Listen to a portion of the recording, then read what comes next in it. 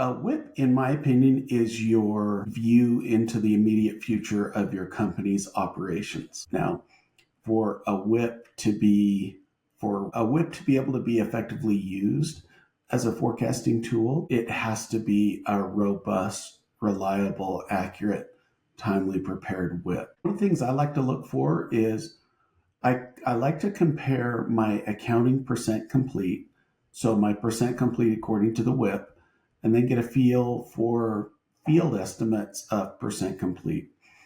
And if there's a big gap there, then yeah, we should follow up by asking some questions. So that's one indicator of how a job is doing that I could see on the WIP. Another indicator that's closely related is underbillings on a job and a reticence on the part of a PM to bill. That can be an indicator that a job is behind, not going as well. And the PM instinctively knows that if another bill is sent out, the bill is going to reflect the accounting estimate of percent complete, which is ostensibly inconsistent with the field or owner estimate of percent complete. The reason it's so critical to have a timely, accurate WIP is that the WIP, in its essence, is an estimate of what costs to complete are in each of the remaining open jobs. And if you have a good idea of what those costs are in aggregate, then you will have a good sense of what those costs are made up of. In construction, especially in the specialty trades, the further along you get on a job, the more those costs are going to end up being principally labor. And so effectively what I'm doing with a WIP with my late stage jobs is I'm projecting how much labor I'm going to need on each one of my jobs, which is a fantastic forecasting tool for me for scheduling. Now, what can be extremely disruptive is if I, from an accounting perspective, think that I've only got $100,000 worth of labor yet to complete a job, but in reality, I've got $180,000 worth of labor that needs to go into the job to finish it. Mm-hmm. Think about the impact of that difference of $80,000 worth of labor and how that can have downstream implications for other jobs, for when that foreman and that crew, when that PM can be available to start another job.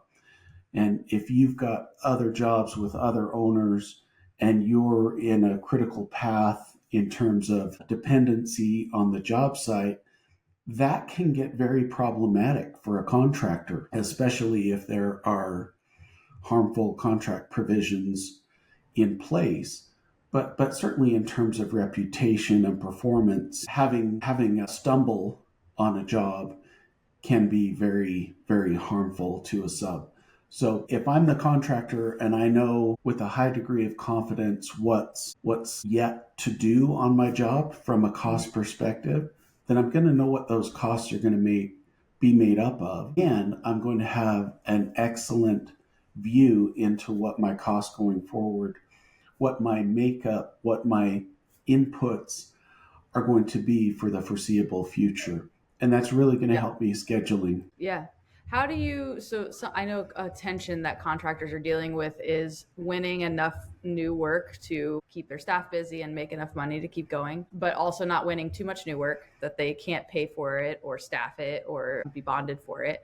And so how do you use a WIP report to kind of monitor that backlog burn on a monthly basis? Yeah, that's a great question. You really hit it, right? What if I know, it's kind of similar to the last question. If I know what my backlog is made up of in terms of components and kinds of costs, then it's really going to help me view the capacity that I have for the foreseeable future. Now, all backlog is not created equal. If a big chunk of backlog happens to be for materials or for machinery that I need to rent or use or installed elements, then that can certainly have a different impact on backlog than if it's principally labor. If all I'm really looking at on a job is labor, then yeah, that's very impactful to me from a scheduling perspective. Another big element can be subs. If you are GC working with subs or subs working with second tier subs, Hmm. then those costs can be very chunky and need to be identified if you are using the WIP to project your capacity and calculate your backlog burn. So, really, backlog burn, again, is all about understanding what your backlog is made up of in terms of the kinds of costs that are components in your backlog. And in many cases, perhaps most cases, the constraining resource is skilled labor and supervision. So Hmm. if I'm looking at my WIP, I'm really paying attention to who is where and how long I expect them to be wherever they are, and then by extension when they're going to be available for another project. Yeah. And Can you that's going talk? to guide how I bid and how I attack the Right. market. Right. Can you tell me a little bit about how contractors should be thinking about bonding capacity in relation to their WIP report and the, winning new work and not winning too much new work? Yeah, listen, if I were a contractor and bonding was a major issue for me, I would be in frequent contact with not only my agent, but also with my underwriter. Hmm. And I would risk over communicating with them what's going on with my business, how individual jobs are going, especially obviously the bonded jobs, but also other jobs that might be soaking up some of my capacity. What I want to do with these conversations is communicate to my bonding stakeholders, both on the agent and underwriting side, that I'm on top of what's happening in the field, that I'm on top of what's happening in the office, and that there's good communication between the field and the office, between the office and the field, and that I've got, as a contractor, my arms around what is happening in the business. If I'm able to communicate that effectively, credibly, and on a timely basis with my surety stakeholders, that Hmm. is going to have a huge impact on my ability to bond. One thing that I've learned over the years is that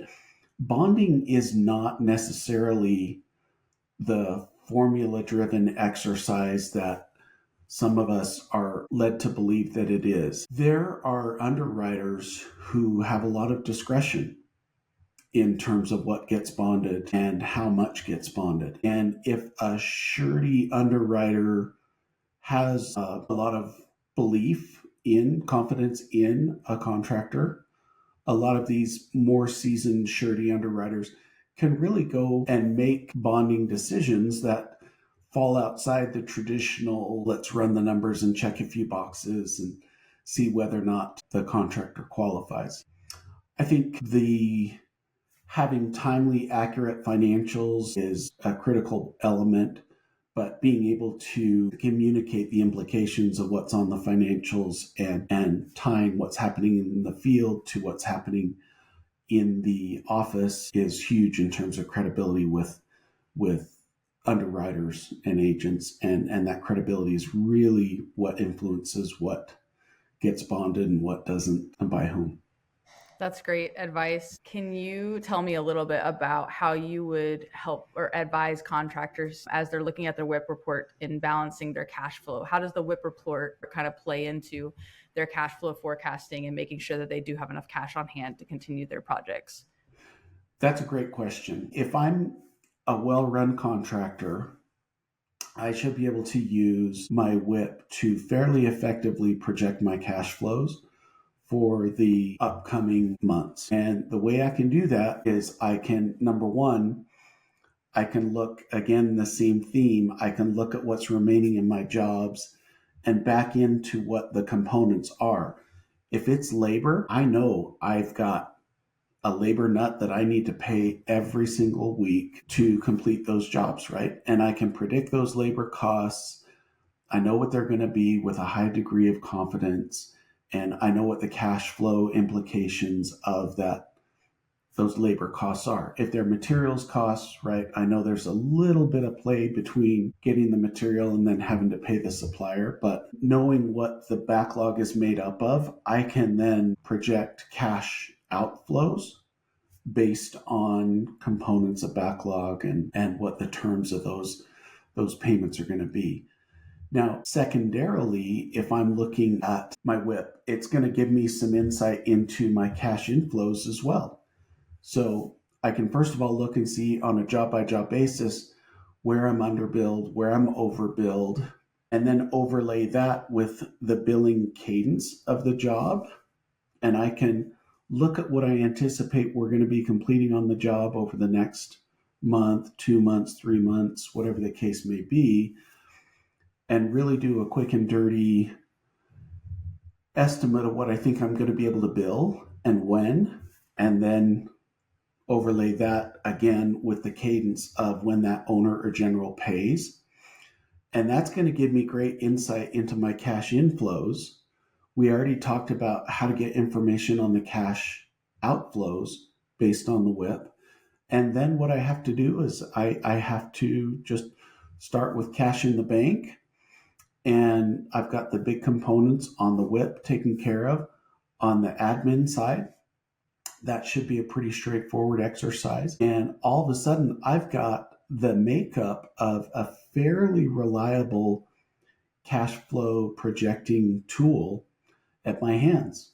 And again, it's predicated on really understanding my job costs and knowing what it's going to take to finish these jobs, meaning my WIP is up to date, it's timely, it's reasonable. It's not a fantasy. If there was one thought you'd leave contractors with today around WIP forecasting, what would it be? Update your WIP. Update it, update it, update it. Just the exercise of updating it on a regular basis is going to give you insights that will help you bid work.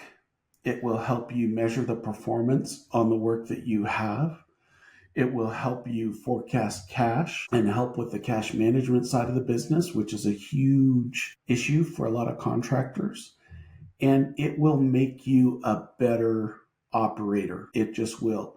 Some contractors look at it and say, oh, I know what's going to be in the jobs. I don't need to update the WIP that much. But the reality is the exercise of doing it will bring you insights.